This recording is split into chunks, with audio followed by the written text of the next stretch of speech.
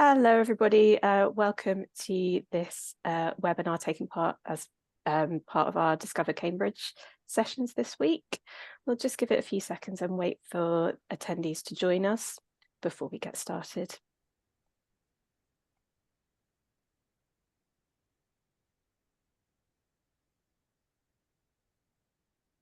Hello again, everyone. We're just waiting for attendees to join before we get started on our presentation and question and answer session.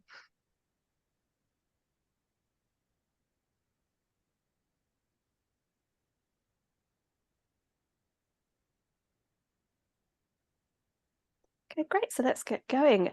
Hello, everyone, and welcome. My name is Kirsty, and I work in the Central Cambridge Admissions Office. And we're here today for a webinar focused around interviews for STEM subjects.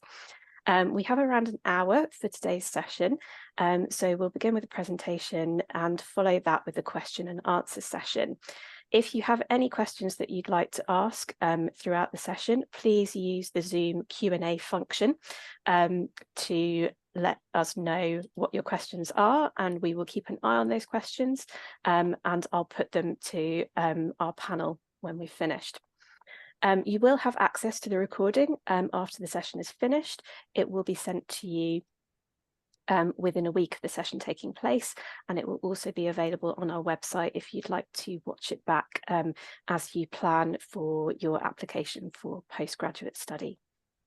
So I will hand over to Matthias for introductions and to begin the presentation.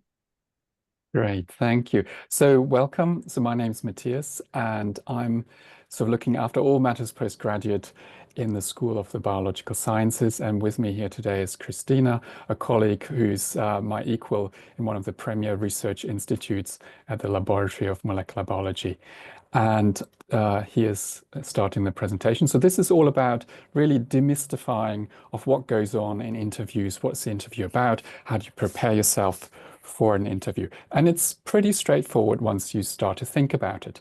For example, you know, why would you want to interview anybody? And you probably know the answers already. The first thing is we'd want to learn more about you and your motivation for the course that you're applying to.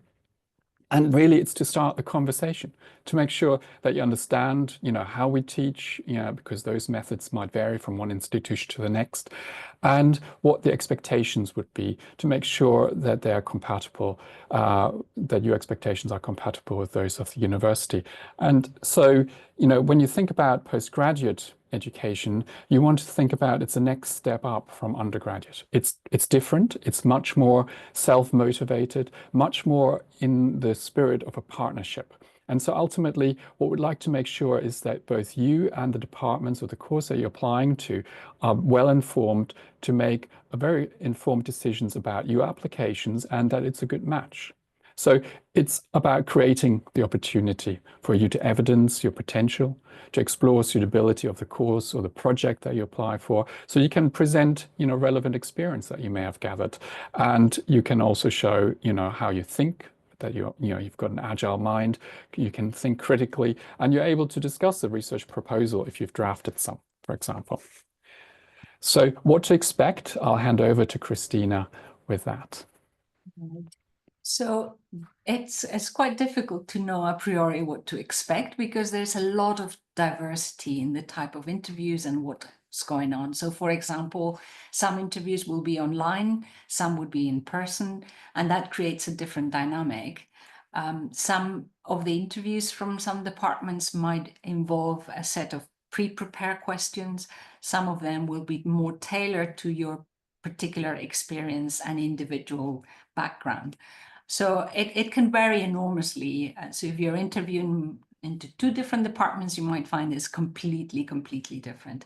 But the common intention of the whole process is to really explore your skills and your qualities and to, as Matthias was saying, to ensure there is a really good match between your motivation and skills and the course that you're going to join. And I think it's important to remember that the decision on your application is not going to be based just on the interview alone. It's an important part, but it will be based on all the information that is available to the committee that is making the decision. So thinking a little bit more about the type of interviews, you might have panel interviews where you will find 2 or even up to 5 senior scientists or members of the department asking questions. This might feel a bit intimidating, but I think it's worth remembering that you benefit from having a very diverse opportunity to present your skills and your motivation to different people. So it works to your advantage to ensure that you resonate with at least one of the persons in the panel. You might have individual interviews with the proposed supervisor, and this will allow you to really get more information about the potential projects or the potential dynamics or the important aspects of the course. So it's a good opportunity to work both ways for the supervisor to get a good idea about you and to ensure that you know very well about what you're getting into. There might be informal interviews with the group or with other students or other members of the department. And this again is an opportunity both ways to learn more about you and the project or the department. In general, both for taught courses or for research-based courses, there will be at least one panel interview, which will have at least 2 independent members. And this ensures that it's a fair and completely independent opportunity to evaluate candidates. I think I will pass back to Matthias. Yes, He'll tell you more about taught and research courses. Hopefully. Yes, and really to follow up from what Christina just outlined, one important addition is that often we hear from students who've been through interview that they actually enjoyed it. You might think, oh God, it might be stressful. Of course, any interview creates a little bit of stress, but actually a lot of students, a lot of the feedback we get is that actually, that was great. I enjoyed. It's a process of thinking, of learning, and of growth. So, don't be put off. Go for it. In terms of, deciding in postgraduate education what kind of course or project you might want to go for, really it splits into 2 basic streams. There are those either at the master's level or the PhD levels, which are focused from the get-go on a specific project. So that would be working with a specific supervisor on research in their specialty, and you would work with them on a project. The alternative is to go to a course, a cohort-based program, where you're part of a small select cohort, either at the master's level or the PhD levels. And what are the differences? So when we think about the cohort-based courses or PhD programs, there's usually a sort of substantive taught component. So this is mixing, getting the best of both worlds, and say you're getting sort of dedicated, bespoke training in skills, professional as well as scientific skills that might involve lab rotations. You would be asked, you might think, okay, why do I want to join this type of project, course or program? So you think about, what does the course or the program offer? Is it about, are there specific training elements that are important to you, that you want to benefit from? Is it the cohort experience, the peer-to-peer learning and support that you like the sound of? Then for PhD programs, you might have the opportunity to experience lab rotations so that you can test different lab environments and projects, maybe combine them in a collaborative project later on that will be your PhD project. So think about what is advertised for the course, and it should be about the course and its structure and what the course offers. Okay, so it's not just an easy way in, it's to say, here's something that I really appreciate and that would work well for me as you can see it. Alternatively, some students say, you know what, I've got a lot of background experience. I'm ready to go straight to a lab and start with a specific project. And that's when you identify that and you go for that. That's then the best match for you. So then you want to think about, what's my potential as a researcher, given what I've already learned? What experience have I already got, so I can evidence that I've got the experience and I've got research potential. There's a sort of fascination with the work that you're interested in pursuing. So, that passion for the area is very important, because that has to sustain you through times when your work will not be going so well. That is just a given in research. It's new ground, breaking new ground. There will be periods when you're struggling to make progress and you need that passion to carry you through. And of course, you might have very specific skills that you can bring to the fore. And you might think about, I know very well where I want to end up. I might want to go into industry after this, into a specific area, say drug discovery. So you can present yourself as, having thought about why going straight to a research project with your background is the right choice for you. Right. So I think I can probably summarize the things that you all want to know. What are the top tips for interviews? And I think probably, other than what Matthias was saying, to be very clear about what you're interested in and what you expect from your course would help you, because that will come across during the interview.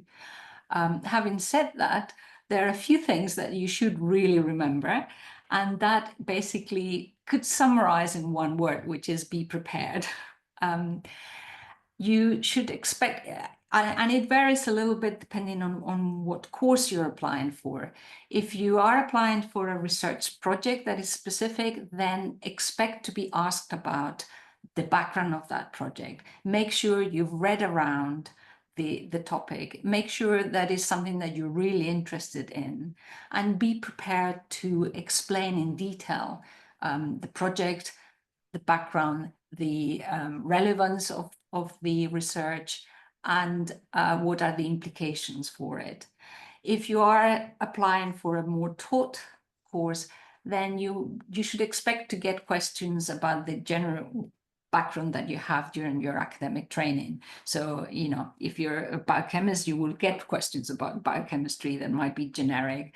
And I think it's important that you not just show that you have the knowledge, but also show how you think about the questions that you're being asked. So again, it's an opportunity to showcase your what you already know and all the experience that you already have.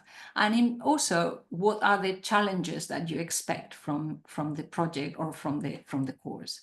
I think in general, it's important that you have a clear idea of what your goals and the future plans are, because that will be reflecting your motivation, and that's really important. This is either a 2-year or 1 year or 4 years of your life. You want to make sure that that you know exactly what you expect to get out of it. And long term, you might not really know exactly what you're going to do in 10 years' time, but at this moment, it's important that you know at least some of it to make sure that you're picking the right course and the right project. As I said, being prepared means that you should familiarize yourself with the research that is going in the department, with the project, with the priorities of the group.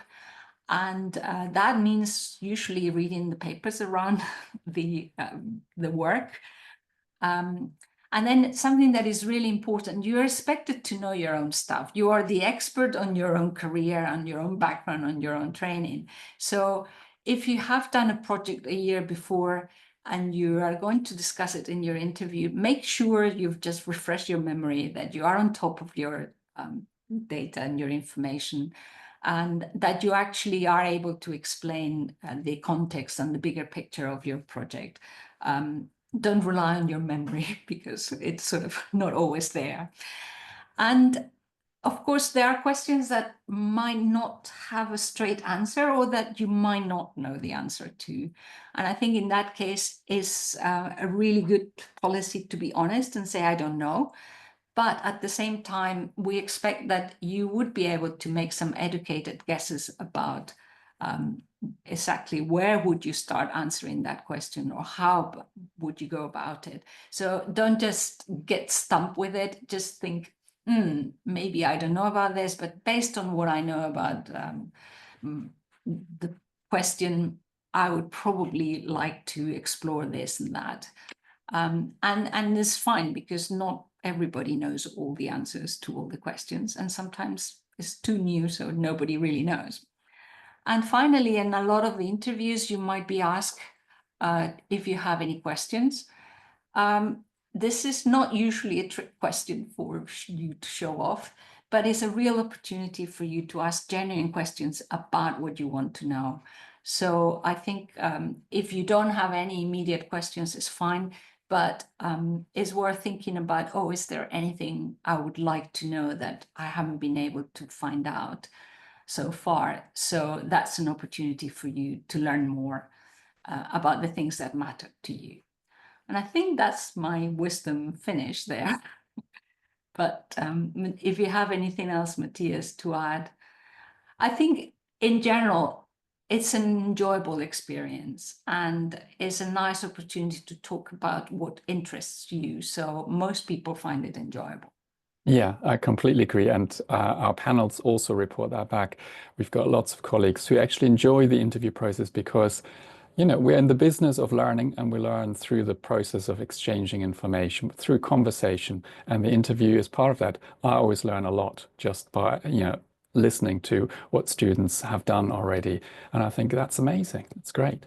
So lots of time for you to now ask questions. I'll stop the sharing now and go ahead. Thank you both very much for that presentation. I hope you all found that useful. We have had quite a few questions pop through while you were both talking. What I'll do, I'll work through them, but please do feel free to keep popping your questions in the Q&A, and we will get to as many as we can in the time that we have left. So we'll start with the first question that we received, but I think it's probably quite a good one to begin with.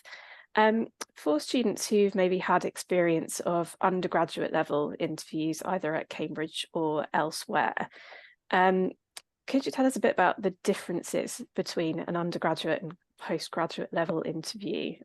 What makes a postgraduate level interview different? It's hard to, I'm trying to think about how are they actually different. I think the principles are very similar, which is to say, you know, it's always a question, you know, why are you here? What, you know, why you're interested in this? Is there sort of an underlying genuine interest in the subject area? Have you got evidence to show that you've engaged with that? So you've been active about finding out about things. For example, if you start a new course or you're building on existing experience. The one difference there's going to be is the level of self-motivated study. You know, how able do you think you are at this stage to sort of really sort of shape your own future? And, you know, in the undergraduate education is often an extension of school where it's very structured and guided. And as you enter into postgraduate education, it becomes freer. And that means there's much more call on you to be an active agent, to say, my interest actually propels me to discover, to ask questions, to seek information, to think about it, to start discussions. It's not a passive soaking up of information. It's not about how do I get an A? That's the wrong question. It's about, you know, how do I get, you know, the most out of this because I just want to know. I just want to find out. That would be the driver. And that's probably the biggest difference here. That's a step to being in charge of your destiny. Great, thank you very much. That's very helpful. The next question is also around kind of how we assess applicants when they come for interview. So we've had a couple of related questions. So one of which is around what interviews expect from applicants. And the second one is about how much weight the interview holds in someone's application. This has been based around someone's personal experience. One of the attendees here today who had an interview that they felt went very, very well, but they were unfortunately unsuccessful. So I wondered if either of you were able to expand a little bit more on what you're looking for and kind of what sway the interview has on the success of an applicant's So application. I could briefly cover on the master's level, and Christina can speak to the PhD level interviews. So any interview is only one part of an assessment process that's complex because it, you know, every part of the application, that's the written work, that's the references, that's the academic track records, everything is taken into consideration. And so there is no straightforward answer other than trying to evaluate combination of, you know, how does a whole package of information shape up? Is it a good fit of this person for this course at this time in the context of the constraints and the constraints are, are there places still available, many or a few? And so it's relative to the cohort, because what we usually do is we do interviews as what's called a gathered field. So try to get as many applicants into the interview process as possible at the same time, so that it makes for a much more objective decision-making process. And that's something, there's no control over that. That's just, it's what is relative to others. And that might feel unsatisfactory, but that's the reality, is trying to have making as objective and as fair a decision as is possible. And it will always be a panel, it will always be multiple independent opinions that are worked through in discussion. There's never a single person making the decision. Yeah, and I guess just worth remembering that because we try to gather as many potential candidates as we can manage, then we're not able to interview everyone that applies, but we try to interview as many people as possible to get a better knowledge of the potential of these people. But unfortunately, it means that we can't offer places to everyone that we interview. And I know this is very disappointing when you're at the receiving end of that, but it sometimes can be just a matter of numbers. We can only offer one PhD place in this lab, and we have 3 fantastic candidates, and we have to make a decision based on very small differentials. So it's not an evaluation of how good you are. It's more or less how we make an imperfect choice based on the evidence that we managed to get together at that time point. And so, yes, and as Matthias emphasizes, this is not just based on the interview itself, it's based on all the other information that we put together. And also, very importantly, the fit to the project and the lab and that sort of consideration. But unfortunately, the problem is we can't offer places to everyone that we would love to offer places. Thank you both. You've touched really well on kind of how the process of interviews works. So we'll carry on with a few more questions on the same theme. How do you decide who gets selected for interview? It's very similar to the interview decision. We're trying, again, we work with the information available at that time, which is the written application, including the references. And we usually, throughout, as best we can, we take applications in context. So the context of, for example, has someone experienced adversity during their education that they had to overcome, work around, of any kind. So it's very important. What we're trying to gauge is potential. It's not just, it's education. It's about growing as a person. It's about growing as a scientist. And so it's not about, when anyone who enters this, it's an absolute given that it's about the potential to learn and to grow and to really benefit from this. The process of the education, as opposed to, here's a finished product. That would be missing the point. And so it's contextual admissions, trying to sort of, gauge what opportunities has somebody had. Someone who has had very few opportunities or had overcome significant adversity would not be, the grades that they managed to achieve, for example, would be in the context of what they had to juggle at the same time. It's trying to gauge potential. It's imperfect. There's no perfect solution available as far as I can see. There's a lot of research going into that.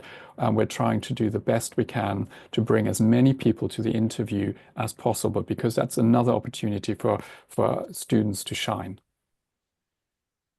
And I guess the specific question about how we do our shortlisting, it varies a lot. So if you're applying for a particular project, individual project, to work with a particular supervisor, then we would ask them to shortlist their top candidates based on the application documents that they have. It's usually useful if you have been in touch with them before, because again, that allows you to know more about exactly what the context is and about the culture of the lab, etc. And then we will take those shortlisted individuals and then do again a secondary selection based on the independent opinions of the panels. And then at the very end, we will have to rank all our candidates based on all the opinions put together, and then decide how many can we actually move forward and how many, unfortunately, we can't take. So that's the sort of generic process. And I have to say, if you are applying to a very, very popular group, we might find sometimes you get 40 applications for one place. So that makes it quite difficult for everyone. If you are on a very, very specialized area, we might find that there are only 3 or 4 candidates, in which case we might be able to look at all of them and interview them. And as Matthias says, we are very keen to ensure that we are fair in terms of looking at potential, because that's really important. I mean, what we want is people that can really thrive in the course or in the project. And therefore, contextual information is quite important as well. And we don't require people to have a master's.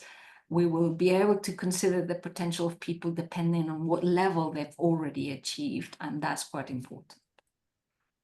Great, thank you very much. The next question we've had through, how long after someone submitted their application could they expect to hear about having an interview, and when are the interviews usually held? Does this vary by department?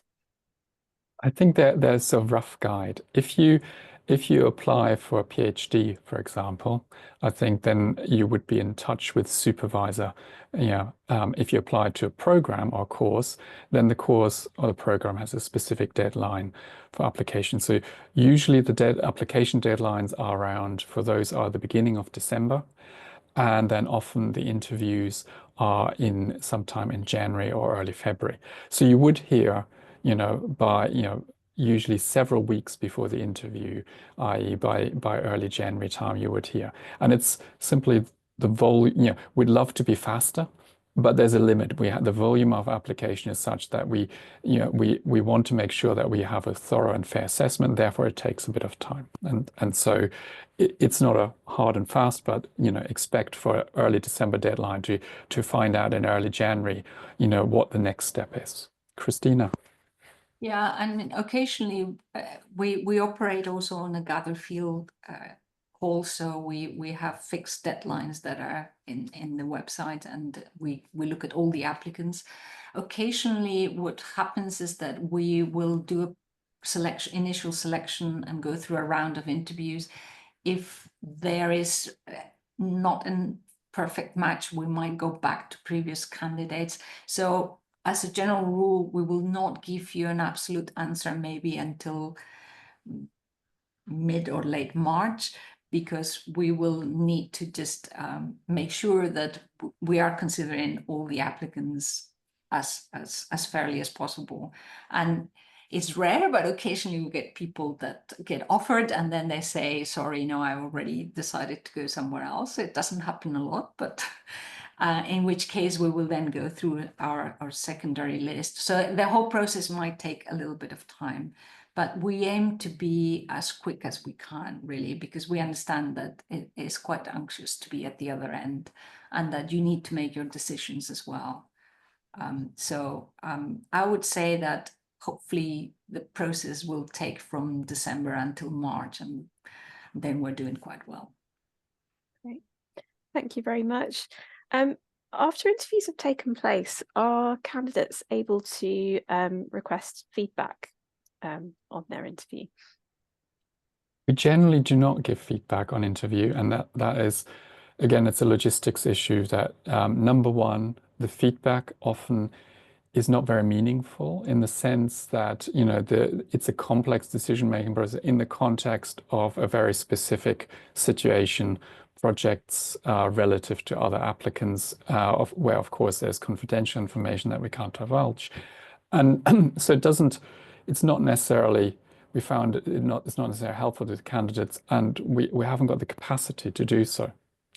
Therefore, as a rule, we don't provide feedback. I think the best feedback you want to get is by practicing an interview situation with colleagues, students, academics around you, and they will help you. You know, just going through the process of articulating, of saying out loud what you want to get across is the best feedback you can get.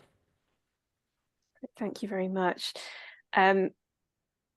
Moving on to some questions about the format of the interview and what happens during the interview itself.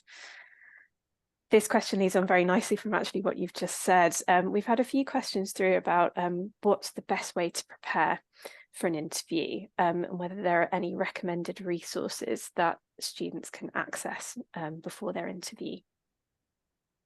I think, yeah, do it, work through it. There's a difference. There's a real difference between doing it in your head or on paper or on the screen versus speaking out loud. So as humans, most of us learn through a multitude of senses. So by, you know, the act of speaking it out, the act of work, and not just in an empty room, but with somebody, a friend opposite you, makes such a big difference. And that's how we also in the lab, for example, that's how we prepare each other when we're up to give a talk. That's what we do. We get other people into the room, and yes, it might feel vulnerable that, you know, you have to sort of, you know, say something in a mock situation, but it works. It really works.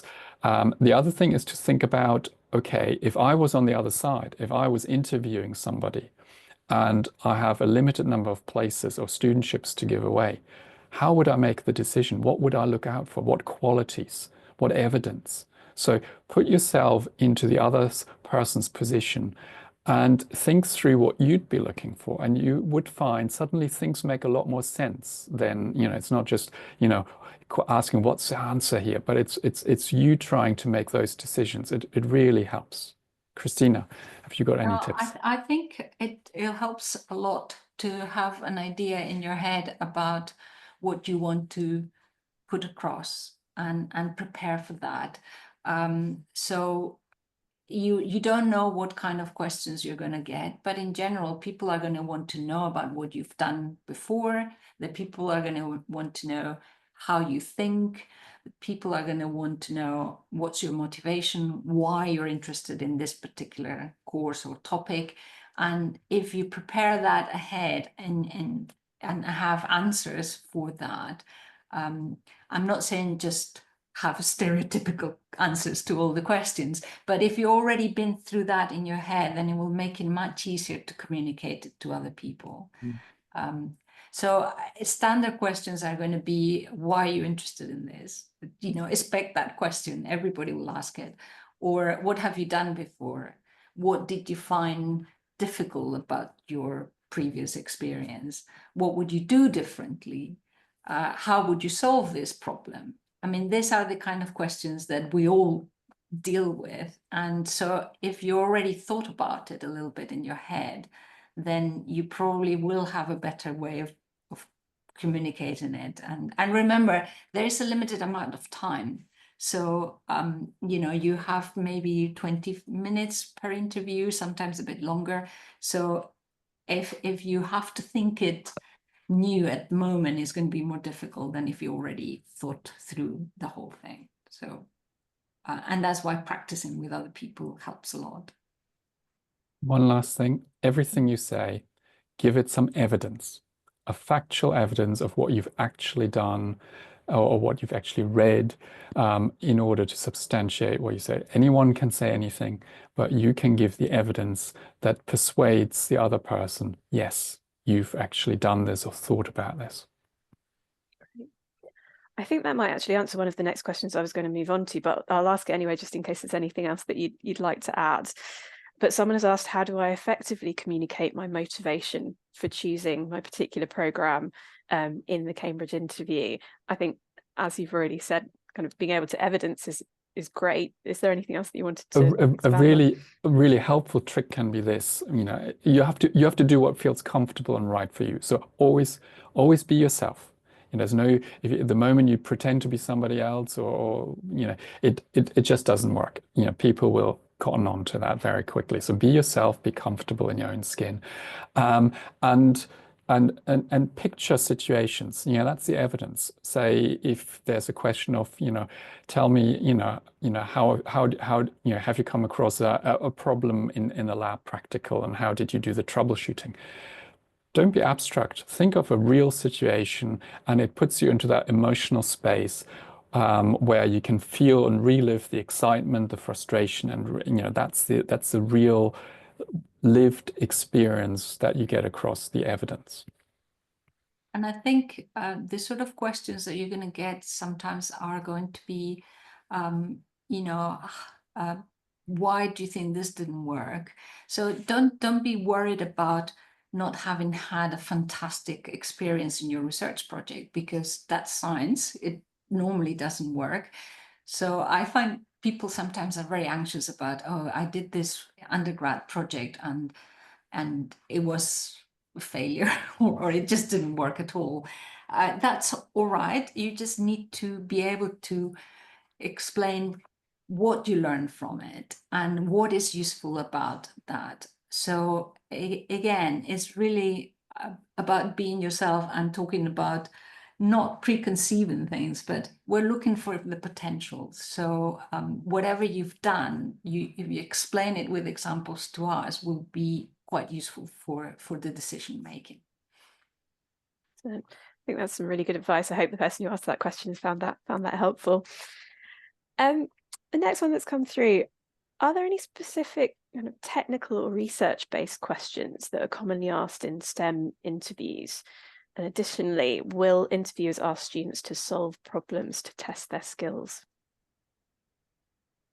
I don't know. I don't have any trick questions that we ask students, but absolutely, if you are asked to give a presentation and you're showing a graph, make sure your units are properly indicated and that you understand the things that you are presenting. They're so diverse, the areas that are covered by this, that it's very difficult to say, well, but in general, if you are looking at data, it's quite useful to make sure that you do know your stats, that you do know the units, that you do understand the process of what you are going to discuss. Yeah.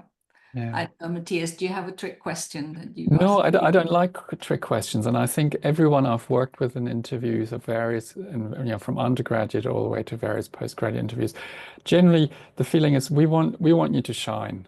So we want you to feel comfortable, relaxed as you can under the situation, and really to be at your best, because that's what the interview is trying to get out of produce, to say what's your potential, and so. It's about that, trying to have fairly standard questions, as Christina said. You can kind of predict what's going to come, and everyone wants you to shine. That's the premise. That's what makes for a good interview. And I think, in fact, in my experience, when we find someone that is struggling a little bit with the interview, which could be nerves or could be whatever, then what we will do is to try to help the applicant work through their answers and just remind them, well, you know this. So just remember, tell us about how it, so the idea is not to trick people in any way, or we are trying to make sure that we get the best of the people that we look at, because that's what we're looking for. So yeah. Hopefully everyone found that reassuring. No one's going to be trying to trip you up if you're invited to interview. It's all about getting the best out of you. Will any candidates need to bring anything along to their interview? So Christina, you mentioned potentially candidates might need to do a presentation of some kind. People have asked about portfolio or supporting documents of any kind. So that's usually indicated in the application. So some projects will require that you do a project and put it together. And I think different departments have different methods. I mean, in our situation, we tend to ask people to just briefly introduce any research project they've done before or the project that they're interested in without any slides or anything like that. And that is quite important because it tells us, well, this person can be concise and they really understand what they're going to talk about and they're able to communicate it. So to break the ice is quite useful to have in your head that kind of small 2 or 3 sentences about what you're going to be talking about project-wise. But other than that, in general, we don't ask for any previous work other than the things that you put in your application. Yeah. But it's important, if you write in your statement of interest that you're interested in space travel, then again, as Matthias says, have a reason for that and why you're interested and, you know, all your experience of building rockets or whatever it is that. So it is important that what you write in your application can be really substantiated with examples, because that's what we will be asking, definitely. Great. The next one that's been asked actually a couple of times, are there any common mistakes that applicants make in interviews, and can they be avoided? I think I always say, you know, if you are very nervous and you know, just say, sorry, I'm a bit nervous just now. Can I have a moment to, think about something? That sort of very honest, open conversation is really, really helpful. So the mistake would be to feel, oh, I have to say something. No, you can be yourself, and if the nerves take over, it happens. Everyone understands. They will say, oh yeah, here's someone who actually, is here right now, engages with the process, is open, and is self-aware, which is a very important quality to have, and communicates it. And you will have the panel on your side, and you can take the time to relax or to think about a question or to ask, sorry, I didn't get this. Could you phrase it in a different way, please? Because how we communicate communication is not straightforward. So those kind of interactions are really helpful. So feel free that, and feel that you're invited, you're actually encouraged to sort of, be open with the panel about, what helps you to shine in the interview. Yeah, I think that is probably the most useful advice in general, that if you're stuck with a question, if you're nervous, or then just say it. So, oh, I don't think I quite understand that, or let me think a little bit about it, and just gather yourself and your thoughts. And because sometimes the panel members will start asking you more questions, trying to help you, and it might be that makes you even worse.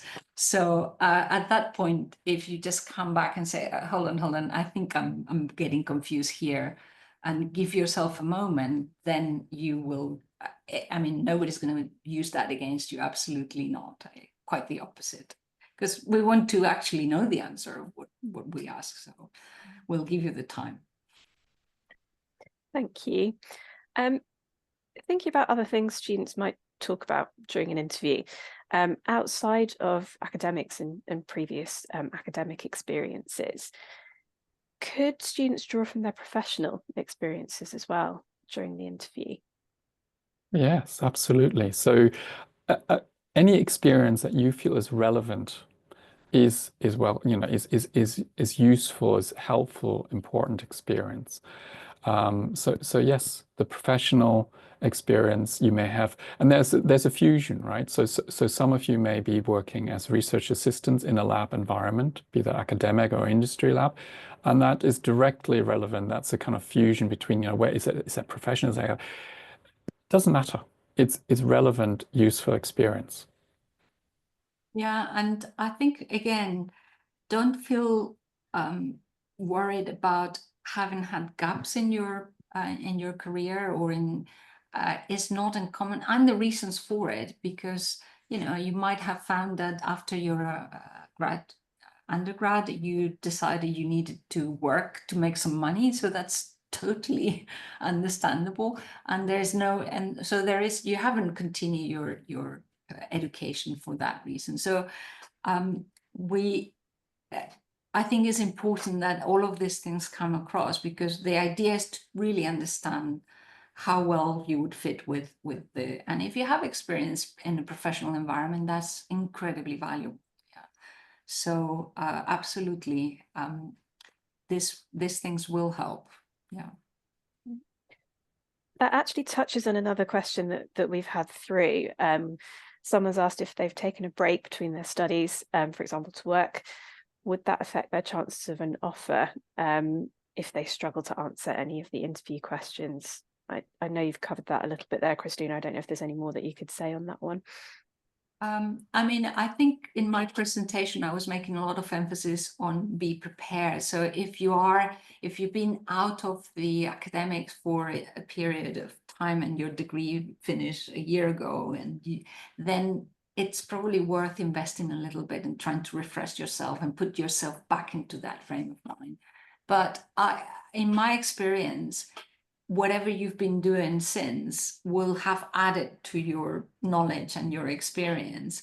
So you will bring different perspectives, and that can be extremely valuable. So in particular, if you've been in a professional environment, that probably helps you enormously to be able to manage your independent work as a postgraduate. So I think that don't hold yourself back for having an unusual career path, because I think probably if you ask Matthias or myself, we had unusual career paths, and here we are. Yeah, I after my, at some point I took a break, worked as a nurse for a year and a bit, and then went back into academia, and it didn't matter. And everyone, I remember a lot of interviews, and quite a number of students who came with a break in the academic, they hopped off that conveyor belt, did something else, and I cannot remember a single one who did not actually get an offer, because actually it made them more experienced, more rounded. It's part of your growth. I mean, I did my medical degree, and then I went off and worked as a research assistant while I was thinking about, do I want to do a PhD? Do I want to do medicine? What do I want to do with my life? And it took me 2 years in the end to apply for grants and get everything sorted. So I don't think you should be held back by fear of, oh, I haven't done the standard conventional route. Thank you both. I think that's really great advice. On that one, someone's asked, and I don't know if this is possible to answer because I imagine it's based on each individual, but somebody has asked, does professional experience hold more value than research and studies, or vice versa? It's not a better or worse, more or less. It's complex, and that richness is what makes people unique, and what we're after, really. I mean, the more diverse our working environment in terms of the people we interact with, the more different experiences people have and can share, the better. So I think it's about the mix. It's about the diversity that we create by inviting everyone in. I mean, occasionally, if you've had done some job in a particular area, for example, a very technical job, you've worked in industry in mass spec facility, and the project that you're applying for or the course that you're applying is very relevant to that, then having that experience outside in a professional context will be to your advantage. But it's in the same situation because you have that particular experience, which will add to your skill set. So it's very hard to just a priori say, oh, this is more valuable than that. It depends on the context. Yeah. Absolutely. We've had a couple of questions through about the format of the interviews themselves. How long would interviews usually last, and how many interviews might a candidate expect to have? Oh, that varies enormously. I mean, each department does their own thing. We usually will have at least one panel interview and one one-to-one interview, and then informal interview with group members. So that's the minimum that we do. If you have applied to two different divisions, then you might have two panel interviews, two individual, and so on. So it varies enormously. And in terms of the duration, I would expect that usually at least 20 minutes to half an hour is the minimum that you need to be able to talk to people. We have some interviews that are allocated 40 minutes, and occasionally, because the students are so interesting, we keep on asking questions and it takes us to an hour. So it's incredibly difficult to just generalize. But yeah, at least half an hour would be the sort of average minimum that you expect to.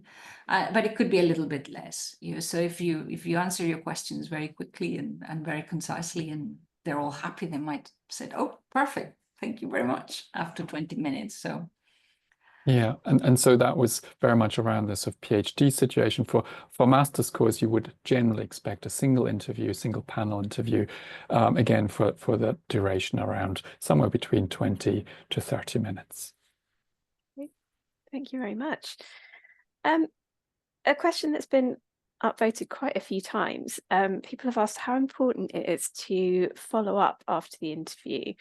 For example, should they get in touch just with a brief kind of thank you email? Is that something that might be expected?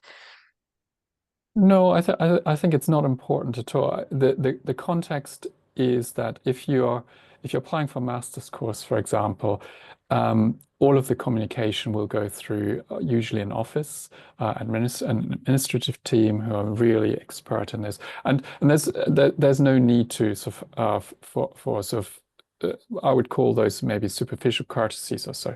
If you're working with a supervisor on a research proposal, then it's a very sort of more of a one-to-one partnership, and you might follow up. But the interview process, there's no expectation of a follow-up after an interview.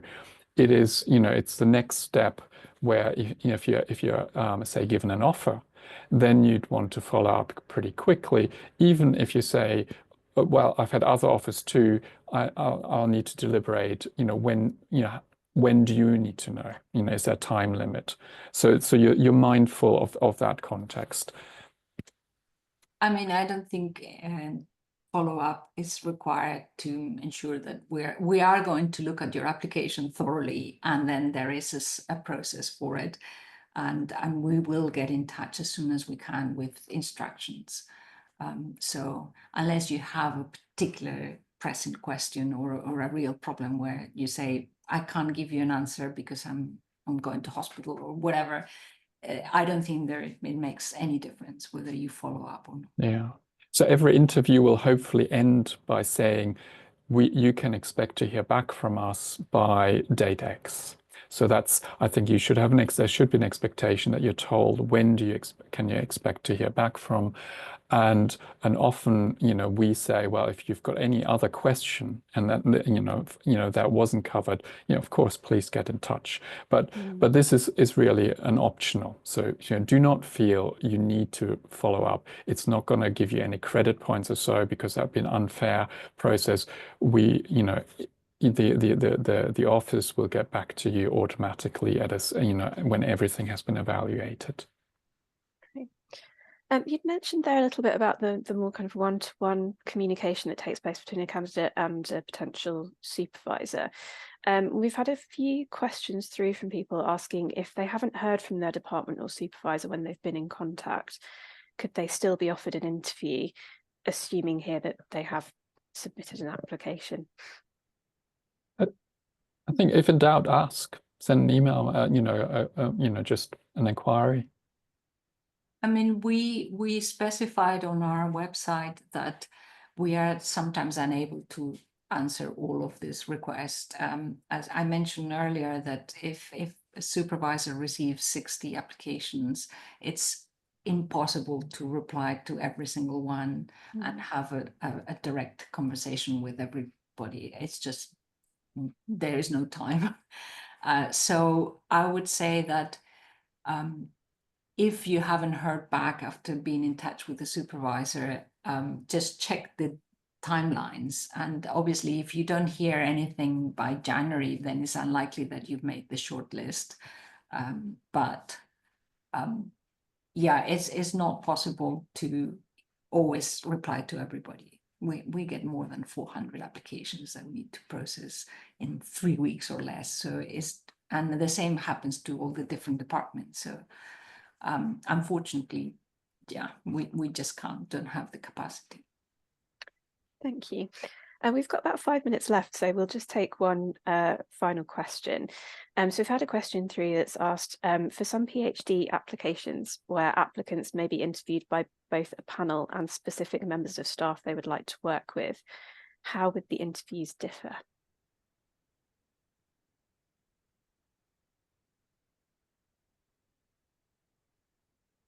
I think, I mean, if if a specific supervisor, for example, might interview an applicant in order to shortlist ultimately 2 or 3 applicants from a larger pool who approach that supervisor. So that interview will probe, the same ground will be probed, which is about, how do I assess the research potential? The questions might be different, might be more detailed because it's a one-to-one interview. And panel interviews will have a set question, set questions that every candidate gets asked because it needs to be a fair process.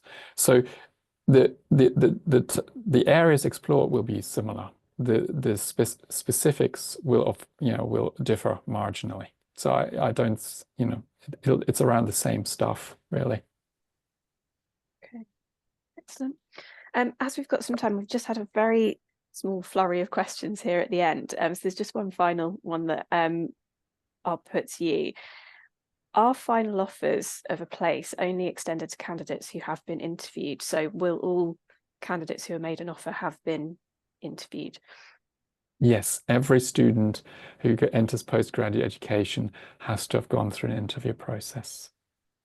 I mean, I would say, as I mentioned earlier, that they might not all happen at the same time. And occasionally we will interview additional candidates, but it's relatively rare. But everyone that we will consider will need to be interviewed. Yeah. Perhaps before we wrap up, is there anything else that either of you would like to offer in terms of advice for the people who've joined us today and might be watching this this webinar as they prepare a postgrad application? I think just to reiterate, be yourself. Look at it as a conversation, as a discussion, as something where you learn, that's hopefully enjoyable, and think about evidence, to substantiate your answers with evidence. And I guess be prepared and remember that you are the expert on your own background. So just be prepared to show it. Yeah. Fantastic. And also good luck. Just try. It's really a good place. Yeah, go for it. Go for it. Brilliant. Thank you both very much. We'll wrap this one up here. Thank you to everyone for joining us for this last hour. I really hope that you found that helpful. As I mentioned at the beginning of the session, this has been recorded, so this will be sent to you via email within the week, and you'll also be able to access the session on the website as well, and all of the previous sessions that have taken place this week as part of Discover Cambridge. There's one remaining session that's taking place immediately after this one, which is around funding, so please do join that one if it's something you'd like to find out more about. But thank you very, very much to the panel for joining us today, and thank you for all of your excellent advice, and good luck to all of you with your postgraduate study applications. Thank you very much. Thank you, everyone. Bye-bye. Bye-bye. Thank you. Bye.